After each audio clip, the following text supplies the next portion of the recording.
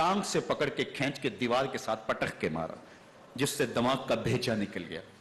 کیا کیا زیادتیاں نہیں کی۔ 700 صحابہ حرہ کے واقعہ میں شہید کیے یزید نے، اور 10,000 تابعین شہید کیے۔ مسجد نبوی میں ممبر رسول کے ساتھ گھوڑے باندھے، اور وہ ممبر رسول اور مصلی رسول کے قریب لیڈ کرتے رہے۔ حضرت سید عبد المسیب فرماتے ہیں میں نابینا تھا اور حضور کے روضہ انور کے پاس بیٹھا تھا، اور یزید کے سپاہی آتے، جو بھی مسجد میں نظر آتا پکڑ کے لے جاتے، مجھے نابینا سمجھ کے چھوڑ دیتے، لیکن میں پریشان تھا کہ ظہر کا وقت ہوگا، عصر کا وقت ہوگا، مغرب عشاء کا وقت ہوگا، نہ اذان، نہ اقامت، نہ جماعت، تو کیسے مجھے پتہ چلے گا کہ نماز کا وقت ہو گیا، اور کیسی میری نمازوں کا کیا بنے گا؟ میں اس فکر میں بیٹھا تھا۔ لم ازل اسمع الاذان والاقامت من قبل رسول اللہ صلی اللہ علیہ وآلہ وسلم۔ فرماتے ہیں جب بھی پھر نماز کا وقت آیا، گنبد خضرا سے اذان کی بھی آواز آئی، اقامت کی بھی آواز آئی۔